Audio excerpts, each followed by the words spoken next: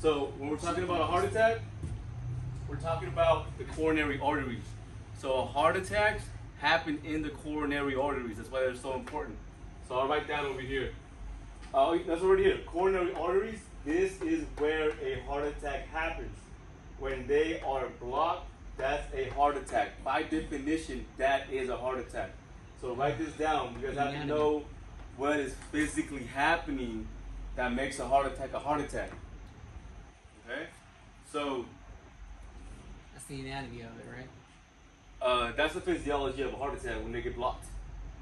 So the coronary arteries themselves, that's anatomy, because the coronary arteries are the coronary arteries.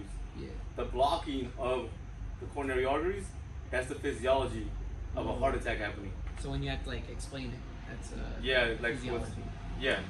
So again, we'll say that this is the aorta leaving, right? This is the aorta leaving, and then these are the coronary arteries that are branching off from the aorta. We just put 2 here for now. There are more, but we just put 2 to make it simple. If for some reason there's a blockage, there's different reasons for a blockage to happen. But if one of these get blocked, let's say this one gets blocked. So if this gets blocked, what is no longer going to go past the point of the blockage? Blood, right? And what is blood carrying that's so important to feed the heart? Oxygen. So now this part of the heart that's getting fed by this coronary artery, there's no blood going to this part because it's a blockage. So if I don't feed you for a month, you're going to die, right?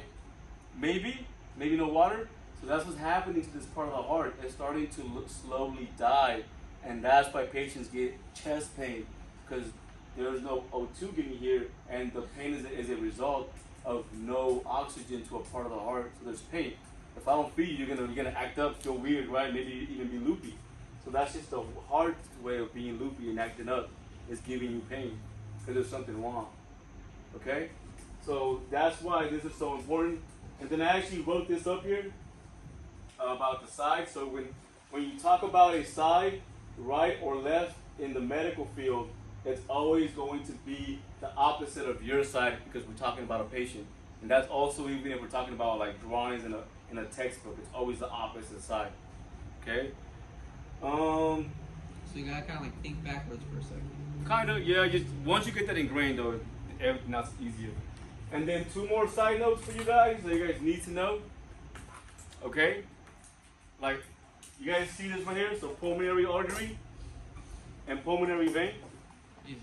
Artery and vein are like directional terms, like right and left.